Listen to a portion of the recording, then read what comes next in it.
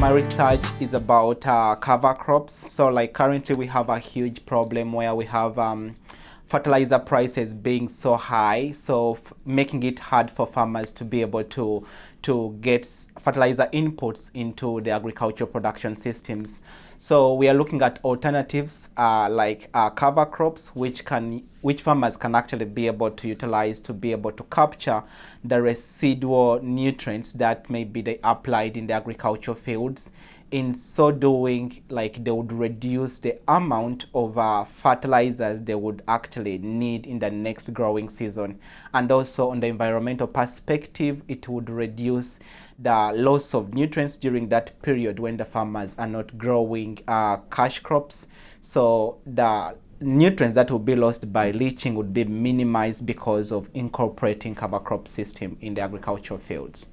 Our research is looking at mainly two cover crops.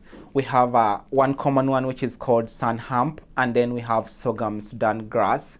And we also made a mixture of these two cover crops, 50-50 of sorghum Sudan and then the sun hemp, which is kindly like mostly common here in Florida.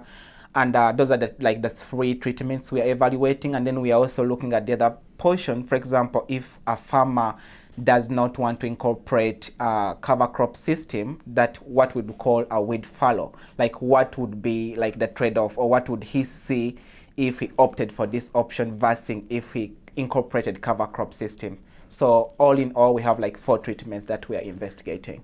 We are looking at zucchini and squash, but I believe it would not matter because at the end of it all, a specific cover crop would still retain a specific amount of residual nutrients. So I believe it would not matter. Like at the end goal for the farmer would be like how much would that cover crop absorb from the soil. So most of the soils here in Florida are sandy soil.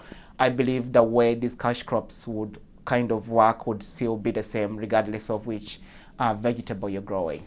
I had like a very huge passion in animal production, and later I tried like looking for internships and I could not get into that field. And then I was like, what about if I try to expand my horizon and try out maybe something different?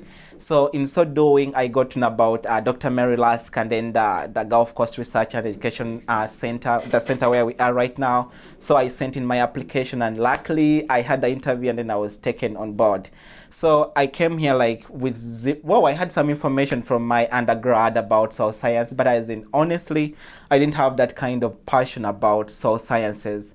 But when I came here and then I had a research which was like studying nitrogen dynamics across different landscapes, I really got to know like how important soil is in our society, how important it is like in feeding the world, what it means in terms of knowing like how much nutrients are in the soil. And I am happy to say that I made the right choice, because right now I'm like passionate about soil sciences. That's why I want to be like, after my master's, I still just want to go forward with my PhD in soil and water sciences.